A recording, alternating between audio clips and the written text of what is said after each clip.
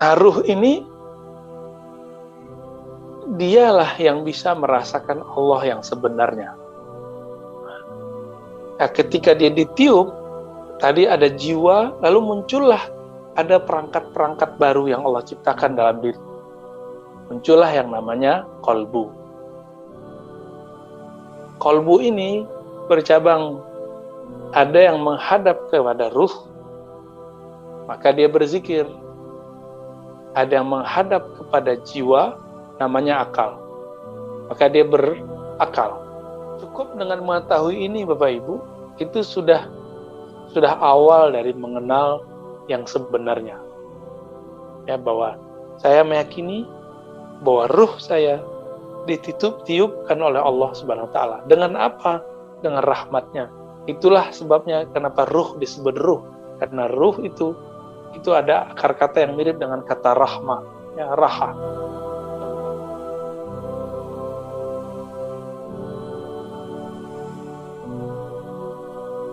Allah Subhanahu wa taala, ya. Kemudian dengan cara apa kita mengenal Allah? Nah, maka di sini ada beberapa pengantar sebelum ke sana.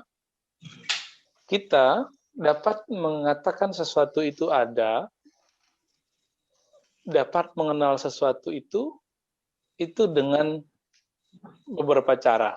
Ya. Seperti yang saya sebutkan di pekan lalu, jadi ada orang yang percaya bahwa sesuatu itu ada karena dikabarkan oleh orang yang dia percaya. Nah, jadi inilah yang disebut riwayat.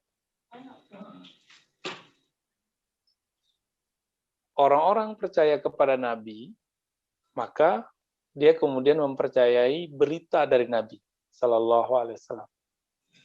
Nah, berita itu didengar dengan cara apa? Didengar dengan pendengaran empirik.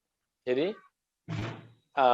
karena Allah tidak bisa dilihat dengan mata, dengan didengar oleh telinga, maka kita perlu ada orang terpercaya yang mengabarkannya. Itu sebabnya Nabi Muhammad SAW selama 40 tahun itu disiapkan Allah menjadi orang yang terpercaya. Nah, itu rahasannya. Sehingga ketika beliau berkalam, mengabarkan sesuatu, kalamnya itu dianggap benar. Ya. Lalu apa manfaatnya mengenal Allah? Nah, ini yang paling penting sebenarnya. Yang paling penting dari mengenal Allah SWT, itulah yang disebut berpulang kepada Allah. Nah, Bapak Ibu, tubuh kita sudah jelas pulangnya ke tanah. Karena tubuh ini dari saripati tanah, dia akan kembali ke tanah. Jiwa kita nanti akan bertanggung jawab, mulai di alam barzakh, padang mahsyar, hisab, itu jiwa kita bertanggung jawab. Nah, jiwa ini ada karena ada satu spirit di dalamnya yang disebut dalam bahasa agama kita ruh. Ruh itu adalah hembusan kasih sayang Allah Subhanahu wa taala yang menjadi kekuatan dalam diri. Nah, ruh ini berpulang kemana? Seharusnya dia berpulang kepada Allah. Apabila orang di dunia mengenal Allah, maka dia di akhirat ketika dia meninggal, ruhnya akan pulang kepada Allah sebagaimana badannya berpulang kepada tanah. Sedangkan nafs jiwa itu berpulangnya dua aja, surga, neraka. Itu tempat berpulangnya nafs jiwa kita. Jadi dalam diri kita, Bapak Ibu, ada 3 unsur besar yang mesti kita lihat nanti berpulang kemana nih. Ya. Nah, Bapak Ibu kan punya nama. Nama ini, misalnya nama Pak Mazwar, itu kan nama dari orang tua. Ketika ruh dulu berkalam dengan Allah Subhanahu wa taala, dan tentu masih ingat ayatnya, alastu birabbikum, Allah berkata, bukankah aku Rabb kalian, pencipta kalian? Lalu semua ruh itu menjawab, betul ya Allah, kami menyaksikan engkau. Nah, itu kan nama-nama kita di dunia ini kan belum ada. Nama seperti saya Ar-Razi, Mazwar, Aqib itu udah nggak ada. Zain itu nggak ada nama itu. Ya, yang ada apa? Itu ruh. Tentu ruh itu ada namanya juga. Nah, ketika kita meninggal, maka kita nggak bawa sebenarnya nama dari tubuh ini, karena nama dari tubuh ini sudah terkubur dengan tubuh ini. Nah, kalau orang ini tidak mengenal Allah, maka ruhnya nanti itu tidak bisa berpulang kepada Allah, sedangkan tubuhnya sudah pulang ke tanah. Maka perlu orang itu mengenal Allah Subhanahu wa Ta'ala.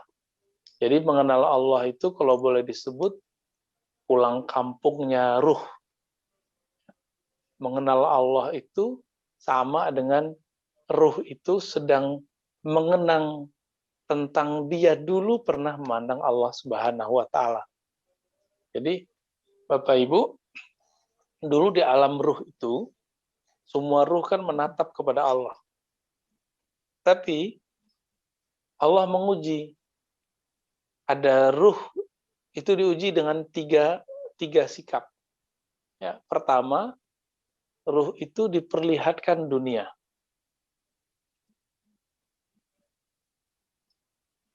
Apabila dia menoleh dan tertarik, maka ruh ini kalau hidup, kalau dia terlahir sebagai pencinta dunia, bahkan sebagai orang kafir. Nah, ini alhamdulillah kita terlahir sebagai muslim, dan kita bisalah mengelola cinta dunia dalam hati. Ketika dihadapkan, jadi ada lagi ujian kedua bagi ruh, diperlihatkan surga. Lalu dia menoleh, maka orang-orang ini jika lahir, mereka akan menjadi pemburu surga, pencinta surga. Mereka nanti kalau lahir, mereka akan beramal untuk mencapai surga itu. Nah, kebanyakan kita di sini. Kebanyakan kita sangat senang kalau cerita surga, itu sangat normal ya. Tapi ada yang ketiga, tidak menoleh kepada dunia, tidak menoleh kepada surga. Lalu apa yang mereka lakukan? Mereka tetap hanya ingin memandang Allah Subhanahu wa Ta'ala. Nah, maka diabadikanlah dalam Al-Quran, ya, surat Al-Ahqaf, innal ladzina qalu rabbunallah tsumma istaqamu. Sungguhnya orang-orang yang mengatakan Tuhan kami adalah Allah, lalu mereka istiqomah. Maka tidak ada khaufun alaihim wa lahum yahzanun. Tidak ada rasa takut pada diri mereka, tidak ada rasa hazan, rasa sedih dalam diri mereka. Mereka sudah pasti masuk surga. Tapi surganya lebih tinggi lagi, itu surga mengenal Allah, surga bersama Allah Subhanahu wa Ta'ala. Nah, Bapak Ibu, semoga ruh kita masuk yang ketiga itu. Ya. Atau minimal yang kedua, jangan yang pertama. Ya. Yang pertama gawat. Nah, ketika kita lahir di dunia, maka ada keinginan mengenal, mencari. Contohnya nih, ada seorang anak, dia lahir, bapaknya bukan bapak dia, bapak angkat. Maka ada ketertarikan dalam dirinya untuk mencari asal-usul dirinya. Jadi kita secara fitrah sudah dibuat oleh Allah, diciptakan oleh Allah, itu pengen mengenal masa lalu kita dulu, asal-usul. Itu baru orang tua lahir. Seharusnya sikap kita terhadap keilmuan keagamaan itu begitu juga. Maka Imam Bukhari ketika mendengar satu hadis, maka beliau ingin mengejarnya, mencari asal-usul hadis itu sampai beliau menempuh 2000-an kilometer baru nyampe. Ya. Itu beliau lakukan. Nah, kita sekarang nggak mesti kayak Imam Bukhari lagi ya, nggak mesti berjalan dari Uzbek ke Mekah, dari Jakarta, dari kota-kota di Indonesia ke Mekah, nggak perlu lagi. Ilmu itu sudah menyebar, bahkan kita cuma duduk manis di rumah, tinggal buka Zoom, itu sudah bisa belajar agama. Maka tidak ada alasan lagi sebenarnya untuk tidak mengenal Allah Subhanahu wa taala.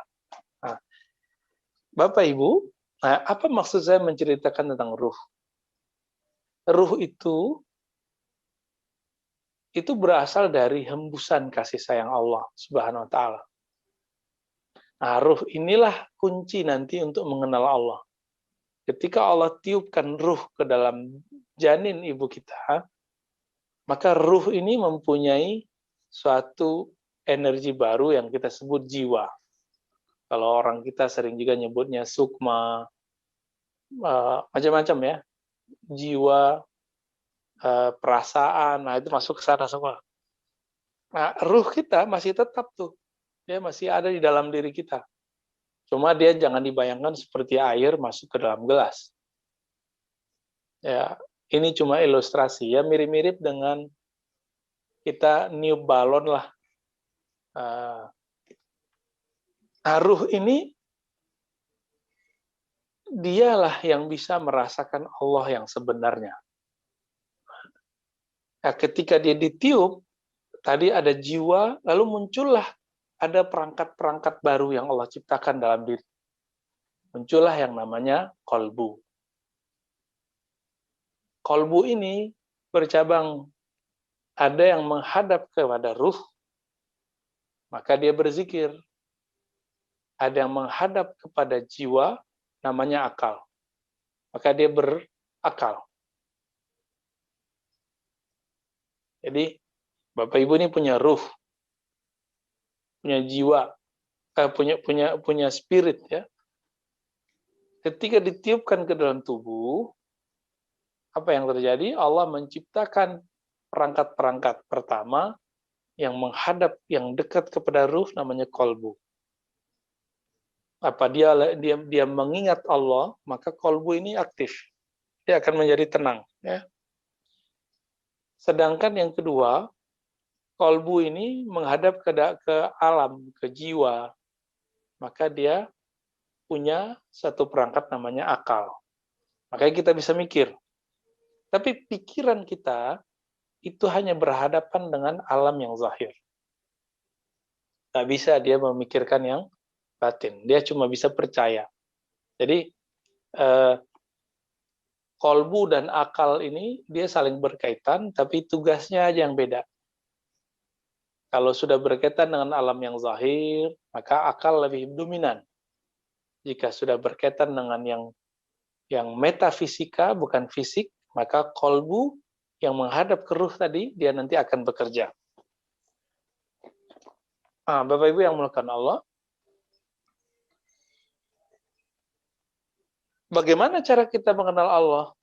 Nah, caranya adalah mengenal titipannya dalam diri kita. Mengenal titipan Allah. Apa yang Allah titipkan dalam diri? Itulah ruh. Nah, Allah itu punya nama, punya sifat, ya, punya kekuatan. Salah satu sifat dan kekuatan Allah itu adalah menghidupkan dan mematikan. Nah, Bapak Ibu nggak usah jauh-jauh ngelihat tumbuhan, ngelihat apapun. Kita lihat ternyata dalam diri kita ada potensi yang tumbuh. Kita lihatlah tubuh kita dari kecil tumbuh menjadi remaja, dewasa. Lalu seperti tumbuhan, dia melayu. Dia jadi layu. Berarti diri kita punya kemampuan tumbuh. Badan karena kita dari tumbuhan, kita tumbuh.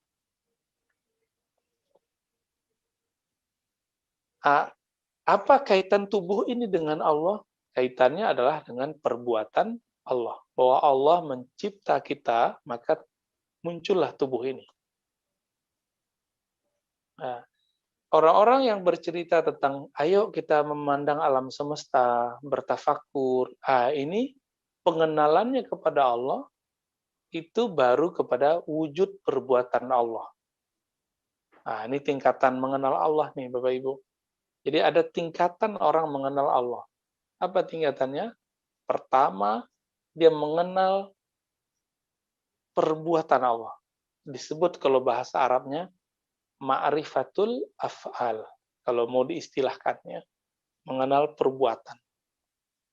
Bapak Ibu coba lihat, perhatikan kalau ingat-ingat, kalau yang pernah punya anak, atau pernah jadi anak kecil, kita kan dulu pernah jadi anak kecil semua, pernah terlahir di muka bumi. Sebelum kita lahir, kita ada dalam tuban, ya, dalam rahim ibu kita. Itu apakah seorang ibu yang memberi makan ke dalam janin, atau ada sesuatu yang lain yang memberi makan? Walaupun zahirnya melewati seorang ibu makan, maka dia ikut makan. Tapi kan nggak ada tuh namanya ibu nyuapin janin dalam dirinya, kan nggak ada.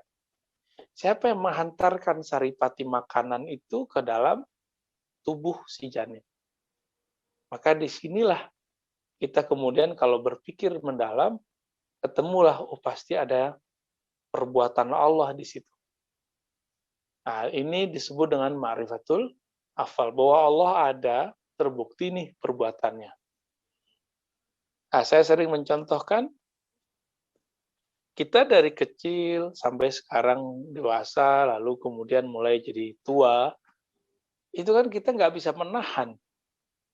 Ini bukti paling kuat bahwa perbuatan Allah itu mutlak. Allah jika berkehendak apa saja, nggak ada yang bisa nahan. Ya, nggak ada yang bisa nahan. Jadi kita menahan ketuaan ini nggak bisa. Dia datang. Jadi walaupun kita bilang, saya nggak pengen tua, saya pengen tetap muda, saya pengen merasa muda, itu nggak bisa. Kenapa? Karena Allah jika sudah berkehendak, cukup mengatakan kun. Nah, inilah yang dikatakan dalam akhir-akhir surat Yasin. Ya. Allah jika berkehendak, maka berkata kun. Hendaklah engkau menjadi ada. Nah, mengenal Allah dalam tataran ini, Bapak Ibu, disebut dengan mengenal perbuatan Allah. Bahwa Allah sangat absolut terhadap diri kita. Ya. Tapi kita diberi hak untuk memilih. Nah, maka kita diberikan akal. Akal ini kemudian berpikir, ini siapa yang menggerakkan? Akal ini kemudian mencoba berkontemplasi, siapa yang membuat aku terlahir, jadi anak-anak, remaja, dewasa, lalu tua. Nah, inilah yang kita katakan Allah. Maka sebutan Allah itu adalah pengakuan terhadap perbuatan-perbuatannya. Nah, ini yang dikatakan tadi dalam doa kita, dalam zikir kita, raditu billahi rabbah. Aku ridho bahwa Allah adalah Rabbku. Ini kalau dipraktekkan ke corona hari ini, Bapak Ibu, walaupun secara zahir, corona itu disebarkan oleh ahli-ahli tertentu, di lab tertentu, tapi dia hanya terjadi dengan izin Allah. Nah, masalahnya sekarang, kita percaya nggak bahwa Allah mengizinkannya? Tapi ada rumusannya, Bapak Ibu. Tidak semua yang Allah izinkan itu Allah ridhoi. Allah mengizinkan adanya orang kafir, tapi Allah tidak ridho kepada orang kafir. Allah izinkan ada orang-orang yang musyrik, ada kesyirikan, tapi Allah tidak ridho kepada orang yang musyrik itu. Nah, jadi level pertama mengenal Allah ini sangat mudah sekali. Kita nggak bisa menahan ketuaan ini, Bapak Ibu. Kalau bagus masih muda banget lah ya. Kita nggak bisa, nanti juga mungkin udah mulai ada ubanan ya. Bapak Ibu yang lain itu sudah banyak tuh ubannya. Kita nahan satu ubannya nggak bisa, Bapak Ibu.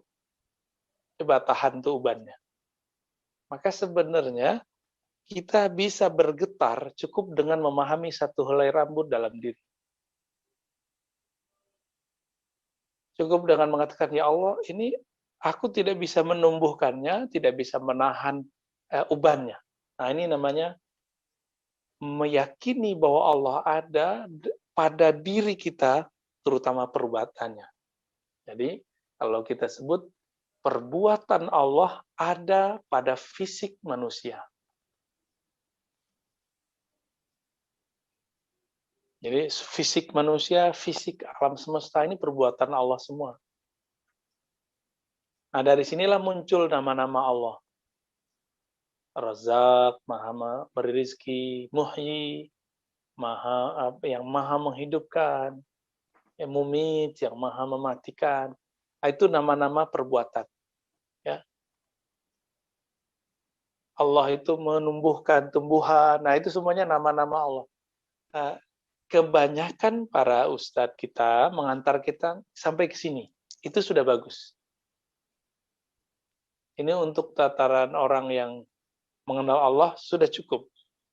Nah, maka orang ketika bersyahadat, asyhadu an la ilaha illallah, ya maknanya aku bersaksi bahwa tidak ada yang berbuat, tidak ada yang menumbuhkan, tidak ada yang berrezeki kecuali Allah. Ini sudah kuat. Ini orang kalau meninggal, insya Allah sudah selamat. Ya. Insya Allah Allah sudah selamatkan dia. Ya. Tapi syaratnya itu Bapak Ibu, membacanya tidak hanya dengan lisan. Jadi apa zikirnya orang pada bab ini? Jadi bab mengenal Allah, yaitu keberadaan perbuatannya. Nah, zikirnya adalah la ilaha illallah dengan makna la fa ilaha illallah. Tiada yang disembah selain Allah, tapi maknanya tiada yang berbuat kecuali Allah. Itu maknanya. Jadi Bapak Ibu kalau ingin merasakan kedahsyatan dari pemahaman ini, coba kalau zikir la ilaha illallah maknanya itu. Tiada yang berbuat kecuali Allah Subhanahu wa taala. Nah, inilah yang diajarkan oleh masyaikh, guru-guru kita dari dulu. Ya. Nah, banyak ustadz-ustadz juga sama mengajak kita kontemplasi, bermuhasabah, itu di sini. Rata-rata mainnya di sini. Nah, Bapak Ibu, tapi Allah Ta'ala memandang bukan ke tubuh ini. Kemana Allah memandang? Allah memandang ke dalam kolbu. Jadi kita ini punya rumah, punya mobil, punya emas, punya masnya juga ya, punya mbaknya. Semuanya kita punya. Tapi Allah nggak pandang itu. Maka kemuliaan makhluk dengan rumah banyak, rumah luas, dengan emas, dengan segala macam, itu Allah nggak pandang. Yang Allah pandang apa? Di kolbunya merasa apa? Maka ada yang disebut dengan ma'rifatul asma. Ma'rifatul asma. Asma itu jamak dari ism, artinya nama. Nama-nama Allah.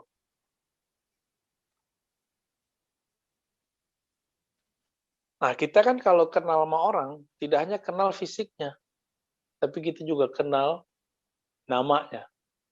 Dan orang di dunia, Bapak Ibu, itu cari nama. Coba lihat kita ya. Lahir dicari nama. Di sekolah dipanggil dengan nama. Nanti ketika kuliah, nambahin nama. Insinyur, dokter, sarjana, magister, ya kayak gitu. Semuanya itu nambah nama. Jadi untuk level manusia, nama itu penting. Apalagi di sisi Allah, maka nama itu sangat penting. Jadi untuk mengenal Allah dengan kalbu, maka caranya adalah mengenal nama. Ini sudah naik level. Tadi melihat perbuatan Allah. Ini pasti ada yang berbuat nih, ya. Pasti ada yang menumbuhkan ini. Maka namanya apa? Namanya siapa? Nah, nama inilah yang kemudian tertuang dalam Al-Asma'ul Husna. Jadi Asma'ul Husna.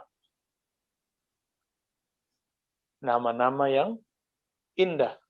Nah, inilah yang terdapat dalam surat Al-Isra, seingat saya ayat 180 ya. Walillahil asmaul husna. Dan milik Allah lah nama-nama yang bagus, yang indah. Nah, Bapak Ibu pasti senang dipanggil dengan gelarnya. Kalau bekerja, pengen dapat nama lagi. Pak Direktur, Bu Direktur, kepala bagian ini, kepala bagian itu.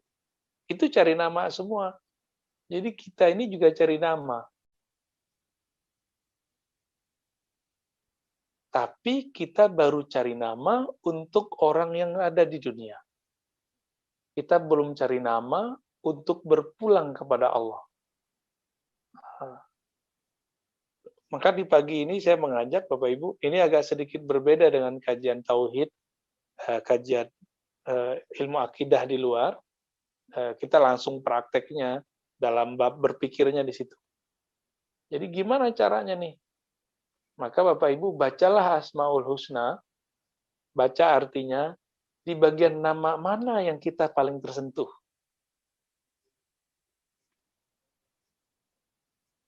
Nah, pasti nanti udah nyobain deh. Coba lihat makna Asmaul Husna, di bagian mana kita paling tersentuh. Baca namanya, baca artinya. 99.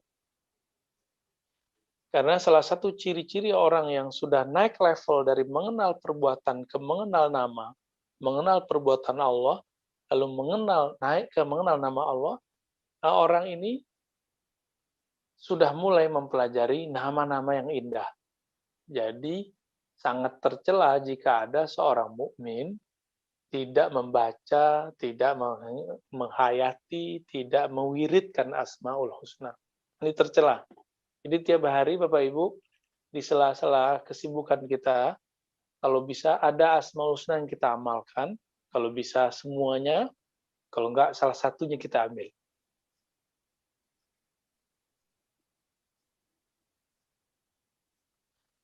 Nah, ini kita mundur sedikit. Kalau kita melihat ada seseorang bagus, baik, atau dia jahat, zalim, kita pengen tahu namanya. Itu namanya siapa?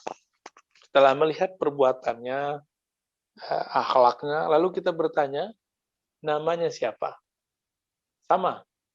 Apabila kita memang mengagumi Allah, mengenal perbuatan Allah tadi nyata dalam diri kita, maka pastinya diri ini akan bertanya, siapa yang punya perbuatan begini, namanya siapa sih?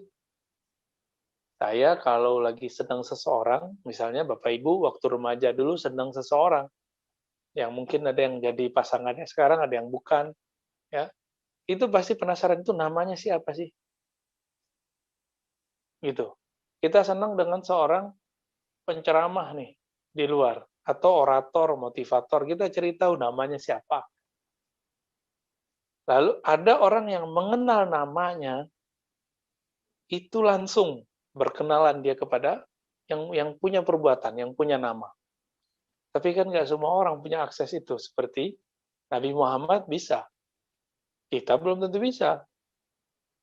Nah, disinilah perlunya seorang guru, seorang murabbi, seorang syekh, mursyid, yang membimbing kita mengenalkan nama. Ini loh namanya Allah. Gitu. Nama dari semua itu terpusat pada Allah. Atau Ya Hayyu, yang maha hidup, yang maha mengurus hambanya.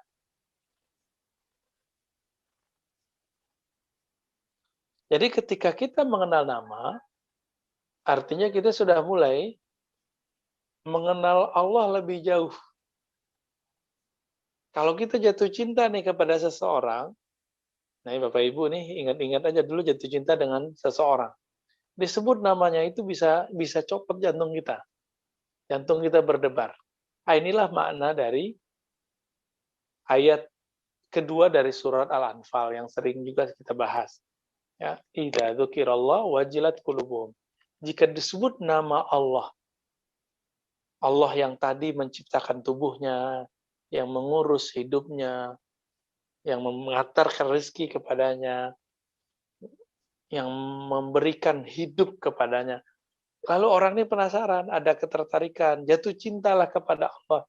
Maka disebut nama Allah, bergetar hatinya. Nah, kita selama dulu masih ingat sebagian Bapak Ibu kan ada yang sudah saya kasih belajar zikir atau latihan menyebut nama Allah. Nah, itu bagian dari cara mengenal nama. Nah, nanti teknik berzikirnya apa? Teknik berzikirnya bisa mengatakan Rabbunallah, Rabb kami Allah, atau cukup Allah. Nah, ini ada teknik berzikir yang lebih ringkas Bapak Ibu, silakan diingat-ingat ya. Jadi naik nafas, ya Allah. Jadi satu nafas, satu nama. Keluarkan nafas, satu nama. Ya Allah, naik nafas. Ya Allah, keluarkan nafas. Nah, itu biasanya lebih menggetarkan. Ya, silakan dicobain nanti di rumah.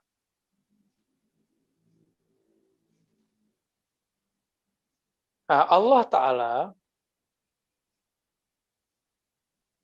menyimpan nama-nama itu sebenarnya disimpan di kolbu kita. Nah, sekarang kita maukah mengaktifkan nama itu di dalam kolbu ini? Apabila Bapak Ibu mengaktifkan nama Allah dalam kolbu ini, di saat itulah Allah mau memandang kolbu. Dan Allah memandangnya dengan ridho. Coba bayangkan, kita punya pasangan kita dalam hatinya nggak suka sama kita. Nggak kepikiran sama kita, nggak rindu sama kita, kan kita nggak ridho. Maka sekarang coba dianalogkan. Kita mengatakan cinta kepada Allah, suka kepada Allah, tertarik kepada Allah, mengenal Allah, tapi di kolbu nggak ada nama Allah. Itu sebabnya latihan yang lama tolong dihidupkan lagi, menyebut nama Allah dalam kolbu. Supaya nanti apabila Allah memandang kolbu kita, itu yang terpandang oleh Allah, ada namanya di dalam kolbu. Betapa ridhonya Allah, senangnya Allah melihat di kolbu ini dan ada namanya. Yang di kolbu itu Bapak Ibu itu permanen. Kalau ada orang hafal Quran, hafalan bisa hilang. Saya merasakan sendiri, ya. Hafalan kalau nggak diulang-ulang, hilang, ya. Walaupun ada metode menghafal 40 hari, itu terburu-buru, nggak ikut sunnah Nabi. Sunnah Nabi menghafal itu ya bertahap. Tapi walaupun udah bertahap, kalau nggak diulang, nggak direview, nggak ditakrir, nggak dibawa sholat, itu hilang.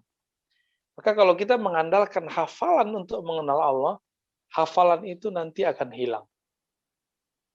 Walaupun orang ini nanti dimuliakan oleh Allah, kita nih misalnya hafal Quran, kita akan dimuliakan karena di memori otak kita ada ayat-ayatnya. Tapi ayat-ayat itu jika sudah mulai direnungi, maka dia masuk ke dalam kolbu. Nah, ini baru disebut hafiz yang sebenarnya. Hafizul Quran yang sebenarnya yang kayak gini Bapak Ibu. Jadi dia hafalannya itu dia renungi sehingga masuk ke dalam dirinya. Kita yang tidak hafal, bacaan Quran itu kita resapi, lalu kita rasakan dengan kolbu. Di saat itu Allah melihat, oh di dalam kolbunya ada namaku, lalu ada sifat-sifatku, yaitu kalamullah. Nah, apabila kita mulai merenungi ayat-ayat Allah, baik ayat yang tertulis, ayat yang tidak tertulis, nanti kita akan mengenal Allah lebih jauh. Nah, disebutlah ini ma'rifatus sifat, ini yang ketiga. Mengenal sifat-sifat Allah. Bahwa kita mengatakan, oh Allah benar-benar ada.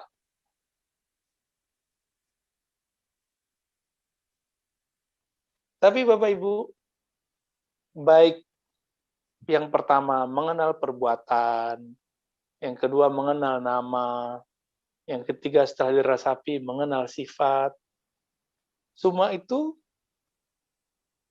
dia masih terbatas. Kenapa terbatas? Karena dia hanya berurusan dengan sesuatu yang belum masuk kepada inti dari ma'rifatullah. Jadi mengenal perbuatan Allah, mengenal sifat dan nama Allah, itu masih biasa.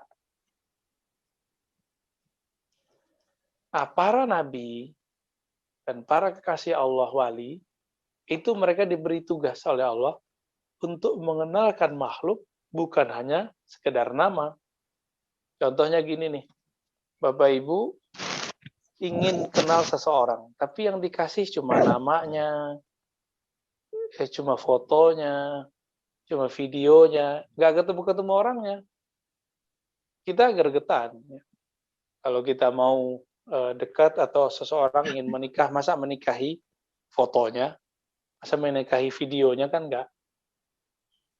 Atau misalnya kita mengenal dari perbuatannya, Allah kirim rezeki, itu nggak cukup. Ruh kita nanti akan minta lain. Maka ada yang keempat, ma'rifatuz zat, mengenal zat Allah. Nah, cuma karena mengenal zat Allah ini telah Allah kunci, kita tidak masuk kepada mengenal zat. Jadi nggak boleh kita mengatakan kita mengenal zat Allah. Lalu gimana caranya? Mengenal zat Allah ini dikembalikan dibalik, mengenal hakikat diri kita. Karena yang betul-betul mengenal Allah itu cuma ruh. Yang dulu pernah menyaksikan Allah di alam ruh.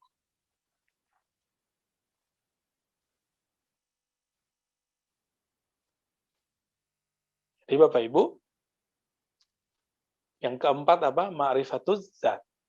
Mengenal zat. Karena mengenal zat tidak mungkin pada orang seperti kita, maka kita pulangkan ke dalam diri.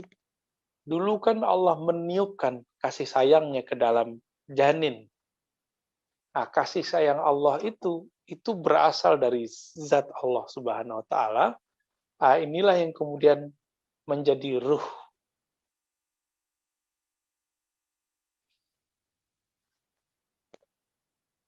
Nah, cukup dengan mengetahui ini Bapak Ibu, itu sudah awal dari mengenal yang sebenarnya.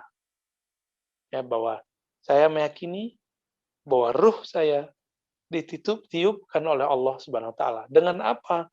Dengan rahmatnya. Itulah sebabnya kenapa ruh disebut ruh. Karena ruh itu ada akar kata yang mirip dengan kata rahmah, ya, raha, keluasan, kasih sayang, ya, itu artinya. Nah, Bapak Ibu, ketika seseorang meninggal, seperti yang saya katakan tadi, itu mesti berpulang semua. Ya mohon maaf, kalau tubuh kita mati dan tidak dipulangkan ke tanah, tubuh kita membusuk. Jiwa kita tidak dilepas. Jadi jiwa ini tertahan oleh utang, oleh nyakitin orang. Jadi kalau Bapak Ibu nih pernah nyakitin orang, itu jiwanya tertawan. Dia nggak bisa terus masuk ke alam barzah. Ya, dihadang terus. Makanya Nabi mengatakan, jika ada seseorang yang meninggal, lalu dia punya hutang, maka harus ada keluarga yang menjaminnya. Kalau tidak, ini dia gantung terus. Jiwanya nggak bisa jalan, nggak bisa lanjut. Sedangkan yang ketiga, ruh. Jadi kalau tubuh badan nggak dikubur ke tanah, nggak dipulangkan ke tanah, dia busuk. Jiwa kalau nggak dipulangkan ke tempatnya, yaitu alam barzakh, maka dia akan tersiksa. Ruh juga sama. Ruh ini jika dia tidak mengenal sumber yang meniupkan kasih sayang itu ke dalamnya, maka dia tidak akan berpulang kepada Allah Subhanahu wa taala. Jadi cukup Bapak Ibu yakini dan rasakan saja bahwa ruh kita itu berasal dari tiupan Allah. Maka dia akan kembali kepada Allah. Nah, dan ini sampainya di Ma'rifatuz Zat. Jadi dulu di zaman Nabi ada orang Arab, orang Yahudi tapi berbahasa Arab. Mereka bertanya, "Wahai Muhammad, apa itu ruh?" Lalu Nabi SAW terdiam sejenak karena wahyu turun, lalu menjawab. Yas'alunaka 'anir ruh. Mereka bertanya kepada engkau hai Muhammad mengenai hakikat ar-ruh.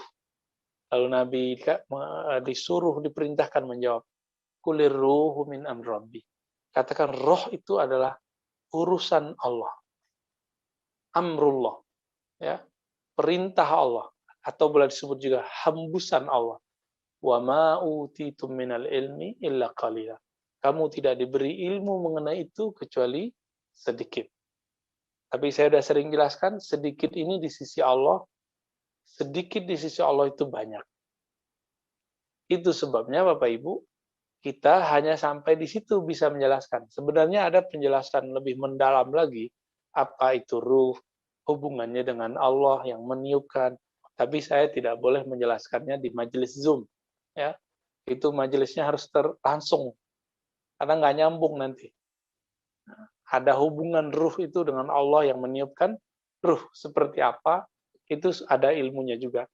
Insya Allah kalau umur kita panjang nanti, kalau ketemu kita jelaskan. Nah inilah cara merasakan, memantapkan bahwa Allah itu ada, itu dimulai dari mengenal diri, muncullah nanti tingkatan-tingkatan mengenal keberadaan Allah Subhanahu wa Ta'ala. Kira-kira begitu, Pak Mas, Bapak Ibu. Silakan kalau ada yang mau ditanyakan ya. Saya tutup dengan satu ayat yang sering kita baca, Qul huwallahu ahad. Katakanlah dia Allah. Huwa di situ artinya dia yang wujud, yang ada. Dialah bernama Allah dan dia bersifat ahad, ya. Maha Esa. Allahu Somad, Allah tempat bergantung, semua yang ada di alam semesta itu bersumber dari perbuatannya, namanya, sifatnya, dan zatnya. Semua itu akan kembali kepada Allah, ciptaan yang zahir kembali kepada perbuatan Allah. Qalbu akan kembali kepada nama Allah. Begitu juga sifat Allah. Maka ruh kita, dia harus kembali kepada tiupan zat Allah Subhanahu wa Ta'ala. Nah, inilah makna dari innalillahi wa inna ilaihi raji'un. Kita dari Allah, milik Allah, akan kembali kepadanya. Yang kembali itu bukanlah jiwa, tapi adalah ruh yang mengatakan, yang percaya, menerima Allah itu ada. Kira-kira begitu Pak Mas.